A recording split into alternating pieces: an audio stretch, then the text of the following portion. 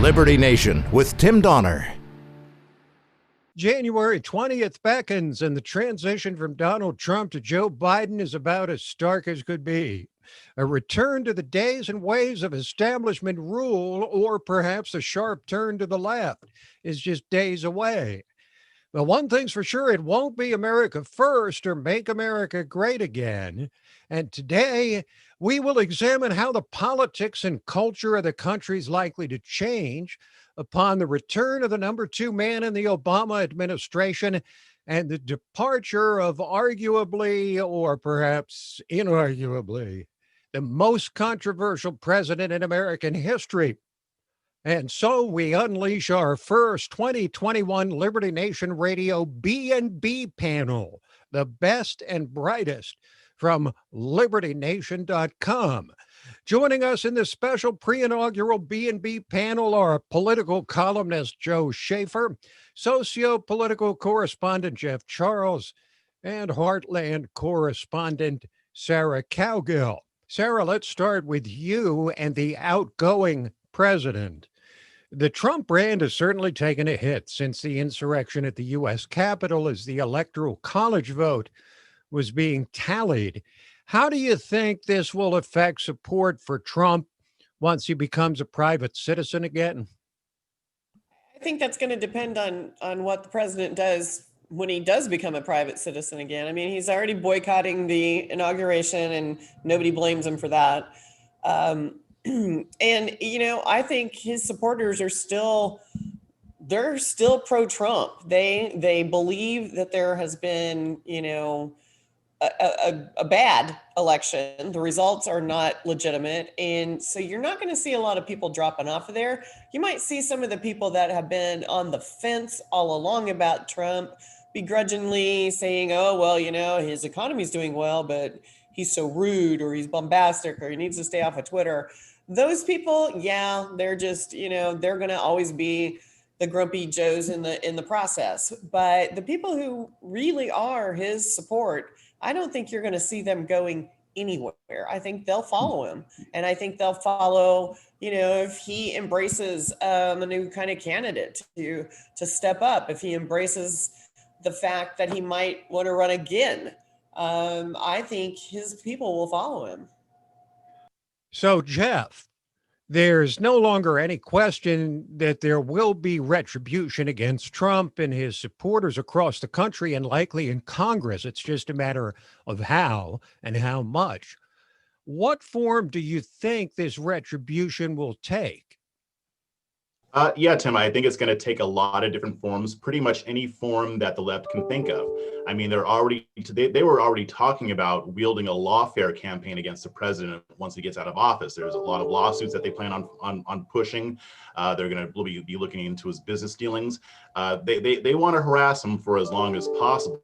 When it comes to GOP lawmakers, I mean, they're already introducing legislation to expel them because they dared to go through a legal process to object to some of the results of the presidential election. But even when it comes to people who worked in the White House, I mean, you've got people like the Lincoln Project who is trying to get in the good graces of the left and keeps failing. They just announced that they're going to be taking names. They're going to be not releasing private information, but their objective is to try to ruin their careers going forward. So it's going to take a lot of different forms. I'm not sure how successful they'll be. I suspect that they won't be too successful, but they are going to try to hurt people affiliated with Trump as much as they possibly can. Okay, so now we go to you, Joe. How should Trump voters, law-abiding citizens, process and respond to the reality of a Biden presidency when so many of them believe he's an illegitimate president? Well, they need to realize that this is a hostile situation. The Biden forces, which is really, it's a uniparty power grab, and they need to realize anything they do is going to be micromanaged to fit into a narrative to attack them. So the opposition needs to be disciplined and organized, peaceful, of course, which it largely is, 99% is, but it also needs to identify who its friends are and who its opponents are. Most of the Republicans in Congress are not the opposition to this unit-party power grab. Mitch McConnell is part of this incoming administration for all practical purposes. So it is an America First opposition. It's hard to use the word loyal opposition when the powers to be want to destroy you. How can you be loyal when they want to destroy you? So they need to identify who their friends are, who their opponents are, organize, and have a cohesive, coherent response. And it starts with primarying Republicans in 2022. That's still a couple years away, but you have to build up to that. You have to start building the machinery up to that. And it all leads to that organized, cohesive, America First response to what is going to be a hostile situation. Okay, Sarah, let's pursue this idea of the loyal opposition a little bit. I think it's a stretch to call what the Democrats were these last 4 years loyal opposition. But now the script is flipped, and it's up to the Republicans. How are they going to handle the position of the loyal opposition after everything that's gone down? Well, you're gonna find a bunch of angry people still out there. As much as we saw that after the 2016 election, with 2 years solid of just crying and wailing and howling at the moon and banging on Supreme Court doors and showing up as handmaids. I mean, these people were Looney Tunes for 2 years. And then when they took the House, they got busy. They're going to get busy. All they're going to do is fight against Trump people. But they're dealing with people who are saying, bring it on. They're not afraid of this. They are not afraid of the Democrats coming after them. They're afraid they won't. So I don't think you're going to see a lot of people backing off and going underground and staying out of the "we support Trump" limelight. As far as I can see, that Trump base is still out there, still strong, still very vocal. Jeff, my question to you would be, after what happened at the U.S. Capitol, the riot, the shootings, the deaths, is violence likely to increase because of this event, or is it likely to decrease? Yeah, so I don't expect to see much more from the right when it comes to political violence. It's not something that we as normal conservatives actually do. You might have a few incidents here and there, but unfortunately for the media, which would love for this to happen, I don't think it's going to be a thing. Now, this doesn't mean that groups like Antifa are going to let up. I think that maybe they'll focus their energy in a different way. They hated Biden, but they hated Trump more. So, I mean, and on top of that, with the base on the right that is energized, we're still going to be having our events. We're still going to be doing our thing, and Antifa will still show up to try to stop that. So I don't know if there's going to be much of a decrease in political violence. I think maybe during the summer of this year we might see some more of it, but like I was saying, I don't expect a whole lot more from the right. I think we may have learned our lesson. I think that this was a wake-up call for the right. We're going to take a quick break, and when we come back, we'll continue with our best and brightest B&B panel from LibertyNation.com, looking forward to the Joe Biden presidency and back at the Trump administration. And we'll focus in this next segment on racial division. Liberty Nation with Tim Donner. We are back with our Liberty Nation Radio B&B panel, the best and brightest from LibertyNation.com, political columnist Joe Schaeffer, socio-political correspondent Jeff Charles, and Heartland correspondent Sarah Cowgill, discussing the stark transition from President Donald Trump to a President Joe Biden. And now we'll focus on racial strife in this country and whether it's likely to get better or worse when Joe Biden becomes president. Jeff, let's go to you. Racial division got far worse during the Trump administration. I think all sides agree on that. Parcel out the blame for this and tell us how things are likely to get better or worse in a Biden presidency? Yeah, so some people aren't going to like me saying this, but I mean, when it comes to racial strife, I mean, from what I've seen, there are people on both sides who are making this worse. Trump doesn't always handle these things perfectly, although I don't think he's nearly as bad as the left tries to portray him as. But Trump is not the one who has been fomenting racial tension every single day. I believe the lion's share of the blame goes to the activist media, which is heavily invested in making Blacks, whites, Latinos, Asians be at odds with one another. They want there to be, they want us at each other's throats. So that's why every single day they were talking about how the nation is such a racist nation. They're trying to change the history with the 1619 Project to say everything is based on race.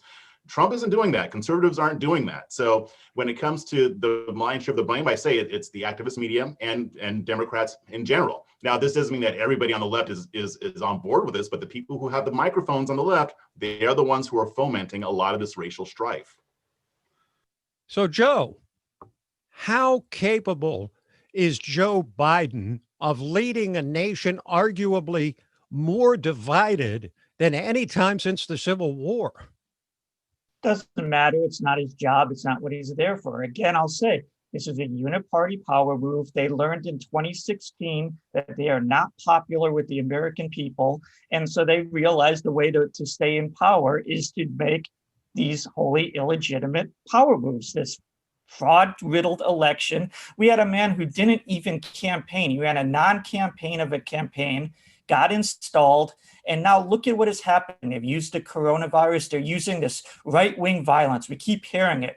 Trump riots, insurrection, violence, violence, violence. And what are they doing? They're literally putting fences around the halls of government. This is our government. In Washington state, they opened their state legislature on Monday with a fence ringed around the Capitol. An official state police official said, this is the new normal for government.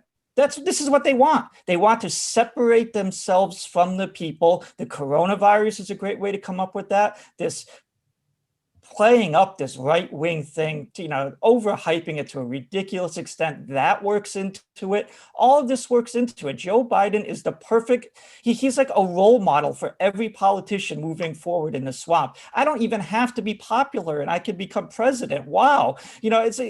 Where is this going to end up? Where is this going to lead? So it's not about uniting the country. It is about further removing our elites from us. And that is what is going to happen over the next couple of years. So, Sarah, how are the good folks of the heartland who were so energized by Trump prepared to react to this new president, given that he was essentially elected on the strength of his support on the left and right coasts? They're not happy. And the one thing I do see a lot of on social media and the circles that I follow to keep a pulse rate on what's going on here in the flyover states is people have waited 4 years to say, not my president. And they're not embracing him. They're not going to even they're not even going to give him a chance. They keep bringing up 47 years of inaction. They keep bringing up all of the bumbles along the way, all of the crazy things he said to constituents. And most people are just waiting for him to never speak publicly and just bow out and let, Ms. Harris take over. The red states are entrenched. They believe thoroughly, just to the core of their being, that the election was stolen. And whether or not they are correct, they're going to stay right there in that belief, and they're going to fight.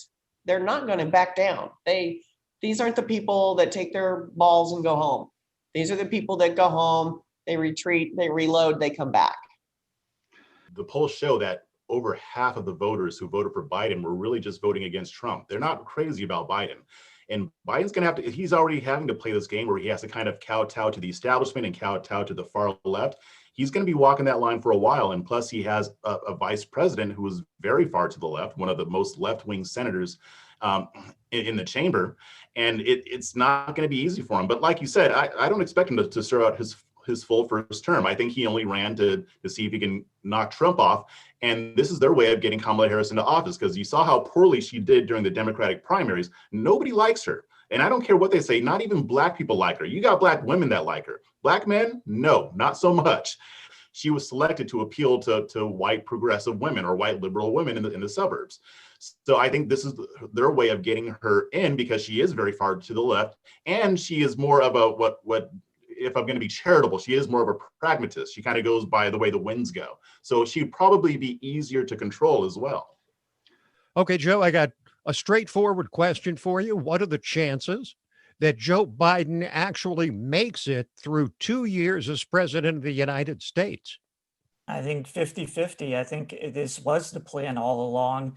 I think she was selected very much. You know, you go back to in 2017, one of these progressive groups had a conference, and she personally introduced via video George Soros. So she is in the network. She was selected, and you know, she wasn't popular in the primaries. They pushed her forward. They did everything to say she's top tier, and she fell flat on her face. She had a moment in the spotlight and she completely wilted. And then all of a sudden she's the vice presidential, Democratic nominee, added nothing to the ticket, nothing. If you're thinking in terms of reaching out to middle America, which supposedly was the way they were going to win the election, we know how they won the election is through inner cities in these key battleground states with highly unusual late night ballot dumps. So, you know, it just seems she was selected, she was put there. And to me, the plan is always been to install her as the president. And they're not going to be patient with Joe Biden for very long, because, you know, what does he really bring to them? I think the plan all along was to have Kamala Harris as president. We're going to take a quick break and then come back and continue our discussion on the transition from Trump to Biden. When we return, how to heal the deep divisions in the nation and in both parties.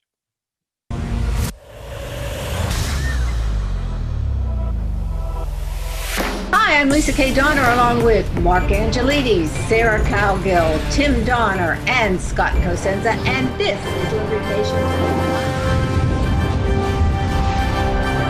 Now let's take a look at the LibertyNation.com electoral leaderboard. It's still 238 for Joe Biden. What if stories and legends can offer us the key to unraveling the hottest political issues of the day and apply their lessons to understanding the chaos of modern politics? Impeach 45!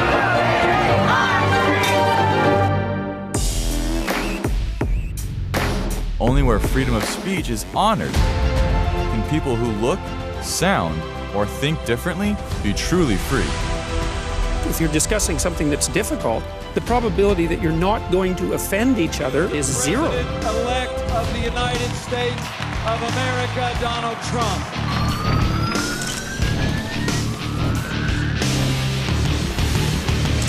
Donald J. Trump is now president. With one click, Liberty Nation delivers tomorrow's news. And remember, liberty. Today. All the time and everywhere. LibertyNation.com. Liberty Nation with Tim Donner. We are back with our best and brightest, our B&B panel from LibertyNation.com, political columnist Joe Schaeffer, socio-political correspondent Jeff Charles, and Heartland correspondent Sarah Cowgill, discussing how things will change when Joe Biden takes over the Oval Office from Donald Trump. And the most basic decision Biden has to make is whether to head to the left or tack more to the center. Joe, let's go to you. Both parties are deeply divided right now, just like the nation itself. Biden has an essential choice. Go hard left with this small window of 2 years when the Democrats control both chambers of Congress and can try to pack the court, add new states, eliminate the Senate filibuster, do all manner of climate change legislation. Or do they go establishment, sort of back to the days of Obama? This establishment all the way. They're going to throw some trinkets to the progressives because they needed them to get through the Democratic primaries. And have their uneasy alliance. It's a very uneasy alliance. And I predict that the progressives are going to turn on the Biden administration very fast. We'll see to what degree that happens. But this is I said all along, this is a uniparty coup. They want to get back to looting our treasury, lining their own pockets, helping their corporate donors. Joe Biden, we know, is attached to the hip of China. So you're going to see an effort. It's very popular now to bash China. So he's got to be careful with this. But you're going to see him slowly moving to overturn Trump's actions against China over the past 4 years.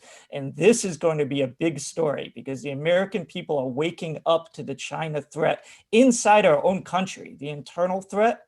And the uniparty wants to do business with China. That's where they make their money. That's where their corporations make their money. So you want to divide the American people saying, whoa, what's happening here with our national security? China is inside our borders. And the uniparty to swamp the Biden administration, Mitch McConnell, all of them saying, boy, I can't wait to get back to doing business with China. That's the divide. That's what's going to be big. And these people, they're motivated by money. And that is what is going to define the Biden administration moving forward, money. Okay, so Sarah, I'm going to give you the same question. Both parties deeply divided. Democrats, they have the presidency, both chambers of Congress. With that, does Joe Biden go hard left or does he tack to the center? I'm going to disagree with Joe here. And I love how you laid that out, Joe, because it's so plausible. But I also know that this is a rubber stamp time. And if they want to appease progressives, now's the time to do it. So they're going to rubber stamp as much as they possibly can on all the crazy stuff, on all the climate change and everything that they can possibly do. Because in 2 years, that house is going to flip. And when that happens, they're out of business again. So they're going to spend 2 years just trying to make everybody happy. And then they can go back in 2 years when that house flips and go, yeah, I heard you loud and clear. And they'll tack back to the center. It's a classic strategy. Bill Clinton did this in his first year, in his first term. He did the exact same thing. He went crazy. He let Hillary make all the decisions. I mean, people were up in arms and ticked off. And by his State of the Union after midterms, he literally said, I hear you. I know, this, I hear you. And he flipped and he went right back to being a centrist. So I think you're going to see. You mean when he said the era of big government is over? Not. No, when we took back the house anyway. But I think that you're going to see. I think you're going to see some crazy stuff coming through and rubber stamp in between all of the attacks and investigations on President Trump. Okay, Jeff. Well, I guess you get to break the tie because Joe said he expects Joe Biden to go to the center towards the establishment direction. Sarah says he'll go hard left. What do you say? I think I might be splitting the baby just slightly because I do still think that the establishment still wants to maintain control. So I do think they're going to throw a lot of bones to the far left, to the progressives, to the radical extremists. I think that they're going to try to push through a lot of that stuff, but the progressives are not going to get everything that they want here because there are still enough Democrats in the Senate and in the House that won't want to go that far because they don't want to get voted out. So I do think that, Bernie Sanders is going to be heading the Senate Budget Committee. So, I think they're going to be throwing some bones to the far left. But as far as their wackier ideas, I don't think they're going to be able to get rid of the Electoral College. I don't think they're going to be able to make Puerto Rico and DC into states. They might push for that, but they will get some of the other stuff that they want that isn't quite as extreme. But yeah, I do think that the establishment, and really on both sides, we're seeing the establishment trying to assert themselves. But I think the Democratic establishment is going to fare better than the Republican establishment because they already have that control. And really, their constituents don't want all that crazy stuff. So I think that at the end of the day, the establishment still maintains control, but progressives will still complain, but they'll still get more of what they want if it were a different story in both chambers of Congress. So, guys, I wrote a column on LibertyNation.com recently entitled, "With No Trump to Kick Around, What Will Unite the Democrats?" I mean, this is a party where the left and the establishment made bed only through their common hatred of Donald Trump. So the question is now, with no Trump to kick around, what will unite the Democrats? So, Pirita, again, you have to discover what their goals are. I don't agree that their goals are this progressive agenda. I think what you have here is that the establishment can be fine with the progressive agenda. They can use them to get where they want to go. So it's like, okay, you want transgender bathrooms? That's fine with me. Do I still get to pocket my dirty corporate money? I do, fine. You can't work with the America First people because they actually have principles opposed to this stuff. It's like, no, we don't want you pocketing this dirty corporate money. We want you taking care of the American people first. Well, that you can't work with that if you're the establishment. But the progressives, throwing them trinkets, throwing them things, it all depends how you define it. In a way, I think all three of us with our comments were right, because it all depends on how you define it. They can work with the progressives. They can give them what they want to a degree as long as they get what they want overall, which is to continue ruling over us. So again, to get back to what you asked me way in the beginning, the America First opposition has to realize this, has to organize with this in mind, has to have very specific goals to combat this, because they will be able to ally with the Republican, with the rhinos, and with the leftists whenever it suits their purposes. So it's going to be a hard task to combat this for the America First people, and they have to be smart about it, and they have to be very, very organized. I keep using that term, but that is what they have to do. I don't know. They're not doing anything right now that seems like they're planning any kind of forward movement. All they're talking about is Trump. Trump's got 8 days. All they're talking about is Trump, Trump, Trump, Trump, Trump. I mean, they're still in the feeding frenzy stage. And, I don't know. I think they're going to be so happy to be in power that they're not going to fight as much. The thing I see, though, and I could be dead wrong, but I think the Republican Party is dead in the water. I think it's been split in two, and I don't think there's a way to repair it. So what we saw 4 years ago with the Democrats beating each other up, and we thought that they couldn't come back, I think the Republicans can't come back in 4 years. I don't see it happening. I don't know what's going to happen in 2 years, but there's so much anger on the right side, on the conservative side, that nobody's going to be healed anytime soon. Now, the Democrats, I think that they have decided, let's kiss and make up. But I think you're also going to see, with the razor thin margin that Nancy got back in with the gavel, she was kind of on her way out. So there's a lot of noise over there. They may look united, but I'm not sure it's 100% what, the optics are 100% what's really behind the scenes.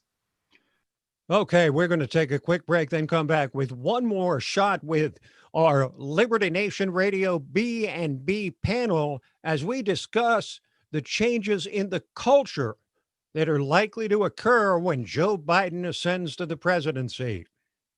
Liberty Nation with Tim Donner. We are back with one more bite at the apple with our Liberty Nation Radio B&B panel, the best and brightest from LibertyNation.com. Political columnist Joe Schaeffer, socio-political correspondent Jeff Charles, and Heartland correspondent Sarah Cowgill, discussing the stark transition from President Donald Trump to a President Joe Biden starting this very week. And the Trump uprising of 2016 was one not just of politics, but of culture, with millions of people getting energized by politics that had all but given up. So, Sarah, we'll go to you. While the politics will certainly change drastically from Trump to Biden, the culture might change just as much or more. How do you think a Biden presidency, together with the Democrats' razor-thin majorities in the House and Senate, will impact the culture over these next 2 or 4 years? Well, I think you're going to see a lot less posturing. That was something that everybody grabbed a hold of their little 5 minutes of fame in any of the committee hearings that were televised. I think you'll see a little bit less of that and a lot of, oh, you're so right, and oh, it's so good, we're united. And I think they're going to try to convince people that since, you know, this presidency, this administration has taken over, that the whole country is getting behind, and the only people that aren't behind this great administration are those, you know, fringies on the right that are racist and walking around with swastikas and Confederate flags. And that's not going to be the case. They're going to try to convince us that's the case, but that's not going to be the case. This country is divided, and it's divided between, you know, the people that voted for Joe Biden and the people that voted for Donald Trump. You're not going to see any kind of, you know, off the reservation on either side of that. Although the media and the Democrats will try to convince us that everybody's happy. We're all happy now. We're happy. Okay, Joe, what can we surmise about the Biden presidency from the cabinet and the attorney general that he has nominated? They're rife with globalists if you look at it all the way. I mean, look at his core advisors. They're all committed to working internationally. They talk about all these agreements, TPP and all that. Anthony Blinken is a huge promoter of this, Secretary of State nominee. All of his top aides, Avril Haines is a top aide. They're committed to this internationalism, and it's, you know, it makes them natural allies with Bill Gates, big tech, and all that. So, you know, when you look at what is this administration, it's not just his cabinet, it's this whole umbrella, this whole new power structure that is big tech, that is big philanthropy, that is Bill Gates and Mark Zuckerberg, and is the media. It's like a gigantic nexus. And this is the administration. This is the incoming administration. Well, maybe Joe Biden should adapt a version of Donald Trump's MAGA slogan. Just take out great, put in global, and you've got MAGA still. Make America global again. But Jeff, one of the positive things out of this election for Republicans was that they did increase their minority vote. Donald Trump put a lot of effort into ramping up his popularity in the Hispanic and Black communities. How do you think this changes the GOP going forward? Yeah, it does provide a huge opportunity. Trump laid out a template that they can build on. But as we all know, the Republican Party tends to miss opportunities or never misses an opportunity to miss an opportunity. So it's still too early to tell. I'm hoping that what Trump did kind of wakes them up and gets them to see, hey, maybe we can start making some inroads here. I mean, because they have to at this point. That this is part of it being a new party and a new conservative movement. If they don't, then we won't be relevant in 20, 30 years. So hopefully that they are waking up to that, and hopefully they're waking up to it in a way that they're going to actually start taking it seriously instead of just paying lip service to it. Because that's what they've been doing over the past few years. Trump hasn't, but the Republican Party has. They always make it seem like, oh yeah, we're trying to reach out to minorities when they're really lying about it. They're not really trying. Hopefully this will spark something in them, or spark something in the rest of us to force them to do it. Okay, so ladies and gentlemen, we're going to conclude the program with each of you selecting what you think will be the biggest single change from the Trump administration to the Biden presidency. And Sarah, you get to go first. Well, first thing right off the bat, I think there's not going to be any more fact checking by fact checkers on every social media platform and with every newspaper and with every cable outlet. I don't think it's going to happen anymore. I think they're just going to go, no, he's always telling the truth.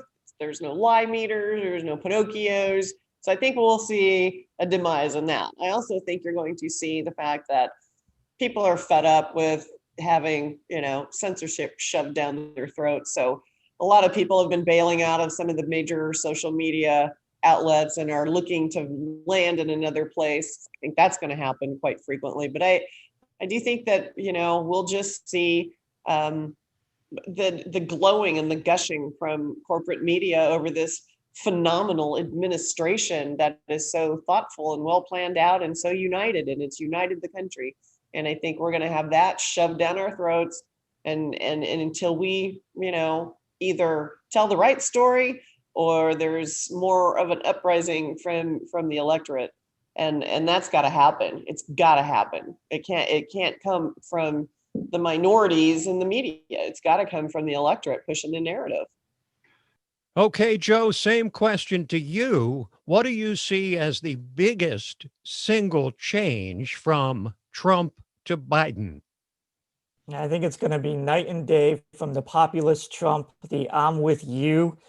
This is a movement, Donald Trump, to the Gretchen Whitmer style nanny scolding. I hate to do this. Unfortunately, we have to do this. And then they do exactly what they want to do, which is cracking down on the American people in a way that gets their agenda to be advanced. And you're going to see it on everything, on these progressive things that they're going to push, like climate change, etc. Like, oh, we hate to ask you to do this, but we're going to raise taxes through the roof. We're going to do this. And it's going to be a nanny scold thing. Gretchen Whitmer in many ways is the template for Democrats moving forward. She doesn't have to be popular with a great swath of her state, as long as she can sit back there protected in her state capital and lecture to the residents of the state like they're children. I think that you're going to see in power this administration trying to treat the American people like children, and we'll see how much of it the American people will swallow. Okay, Jeff, you get to go last. Final question. What will be the biggest change from the Trump presidency to the Biden administration? I think it will be the effort to minimize opposition voices. I think, like Sarah was saying, they're going to want to set this up to where Biden is uniting us all and everybody's happy and everybody's great. So in order to do that, they have to silence us as much as they possibly can. I don't think that they're going to succeed, but the result is going to be a more divided nation. What's going to happen, especially with social media, conservatives are slowly going to start migrating elsewhere. We're going to start buying our own hosting services so that the left can't come after our platforms like they did with Parler, which, by the way, them trying to destroy Parler was the opening salvo for 2021. They're not done yet. They're going to keep going with this. And in the end, conservatives will still have our voices on the internet, but it's going to be a lot more siloed, which is exactly what the elites on both sides want. They want us more divided. If we're not talking to each other, we become more divided. So I hate to be doom and gloom, but I think it's, as far as this stuff is concerned, it's going to get worse before it gets better.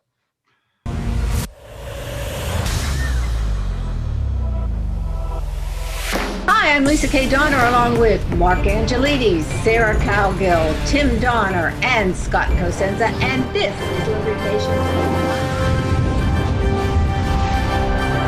Now let's take a look at the LibertyNation.com electoral leaderboard. It's still 238 for Joe Biden. What if stories and legends can offer us the key to unraveling the hottest political issues of the day and apply their lessons to understanding the chaos of modern politics? Impeach 45!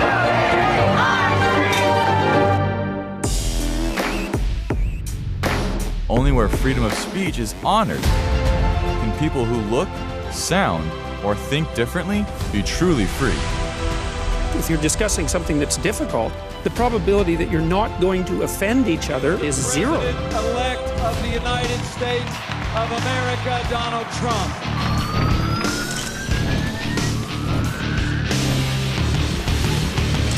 Donald J. Trump is now president. With one click, Liberty Nation delivers tomorrow's news. And remember, liberty. Today. All the time and everywhere.